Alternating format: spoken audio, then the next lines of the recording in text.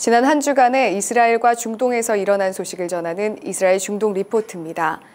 미국의 마틴 댐프시 합참의장이 지난 50일간 이스라엘과 가자와의 전쟁에서 이스라엘이 민간인 피해를 최소화하기 위해 충분히 노력했다고 밝힌 가운데 요르단강 서안지구 정착존 앞에서 팔레스타인 남성이 이스라엘인 3명을 흉기로 공격하는 일이 발생해 여성 1명이 숨지고 2명이 중상을 입었습니다.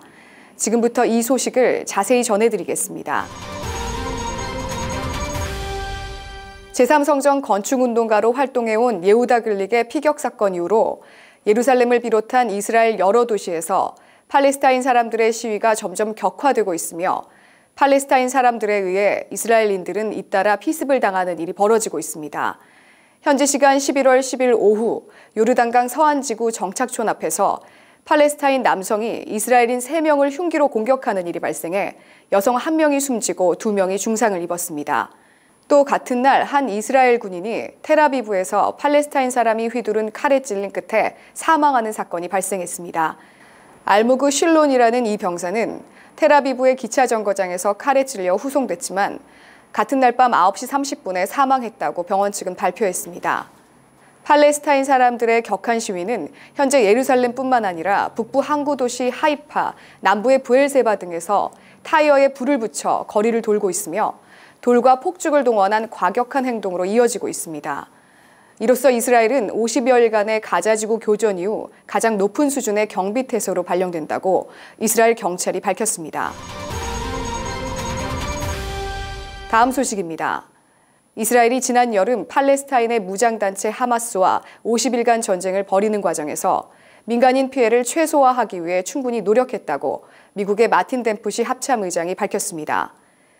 댐프시 미 합참의장은 뉴욕에서 열린 국제정세윤리를 위한 카네기 위원회가 주최한 행사에 참석해 이스라엘은 가자지구의 특정 구조물을 파괴할 것이라는 사실을 사전에 알리는 등 민간인 피해를 최소화하기 위해 전례가 없는 조치를 취했다면서 그는 경고전단을 뿌리는 것뿐만 아니라 이스라엘 방위군 IDF가 지붕 두드리기라는 새로운 기술을 개발했다고 말했습니다.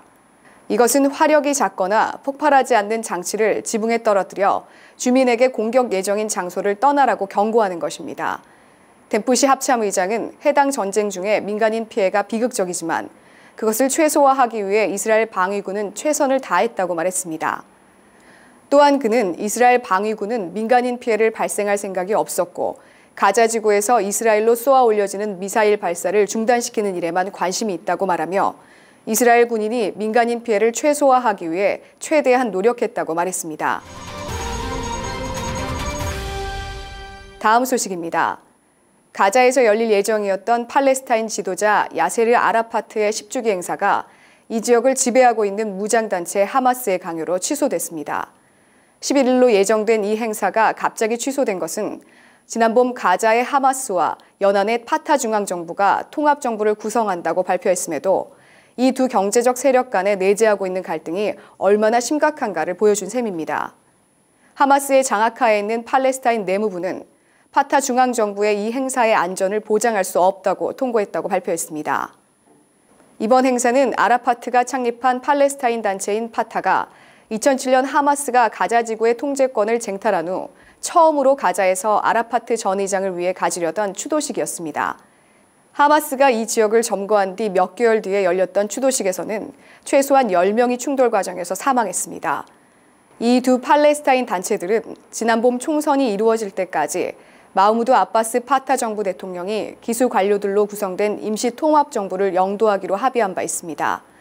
그러나 이런 합의에는 여러 가지 미해결된 구석이 있어 아직도 하마스는 가자를 확고하게 지배하고 있습니다. 파타 정부는 지난 몇몇 유력 파타 지도자들의 집과 아라파트의 추도식이 열릴 식장을 파괴시킨 폭발 사건의 배후에 하마스가 있다고 비난하기도 했습니다. 그러나 하마스는 이를 부인하면서 그 폭발 사건들은 파타 내부의 분파 싸움의 결과라고 주장했습니다. 아바스는 9일 라말라에서 아라파트 추도식을 집전했습니다.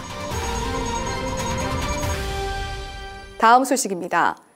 미국이 주도하는 국제연합군의 공습을 받아 부상을 입은 이슬람 국가 지도자 아부바르크 알바그다디가 치료를 위해 시리아 라카로 이동한 것으로 전해졌습니다.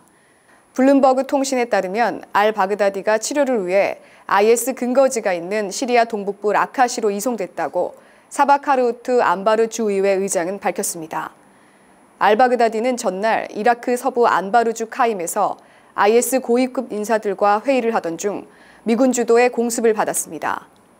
카임과 약 402km 떨어진 모술에서 개별 공습을 가한 미국의 이번 공격으로 부상당한 알-바그다디는 직후 카임의 한 병원에서 응급치료를 받았다고 월스트리트 저널은 전했습니다.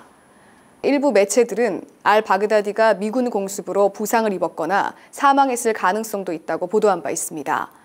그러나 IS를 지지하는 수니파 부족 지도자인 아흐메드 알둘라이미는 알-바그다디가 죽었다는 의혹에 대해서는 사실이 아니라고 부인했습니다.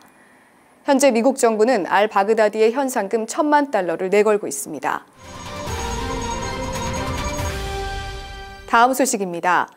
오는 24일로 예정된 이란 핵 협상 마감 시한을 앞두고 버락 오바마 미 대통령이 지난달 중순쯤 이란 최고 지도자인 아야톨라 알리 하메네이에게 이슬람 국가에 대한 공동 대응 필요성을 강조하는 비밀 서한을 보냈다고 월스트리트 저널이 보도했습니다. 오바마는 이 서한에서 이란 핵 협상에서 포괄적인 합의 도달의 여부는 IS 격퇴전에서 이란이 미국과 어떤 식으로 협력하느냐에 달려있다고 설득한 것으로 알려졌습니다.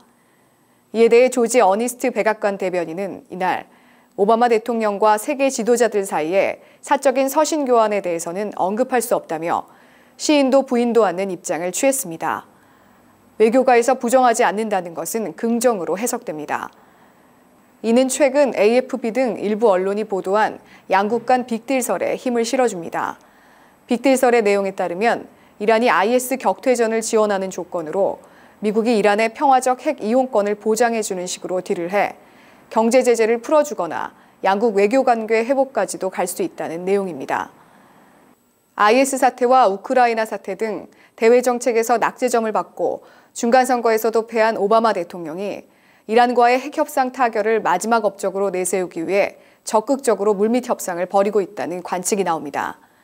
이란도 자국군의 지원을 받는 이라크 시아파 민병대에 미군 공격을 중단하라는 지시를 내리며 화답하고 있습니다. 영국 이코노미스트는 최근호에서 올해가 아니더라도 이란 지도부가 반미 강경 기조를 누그러뜨리고 어떻게든 핵 협상을 타결해낼 것이라고 분석했습니다. 이스라엘 중동 리포트 오늘 순서는 여기까지입니다.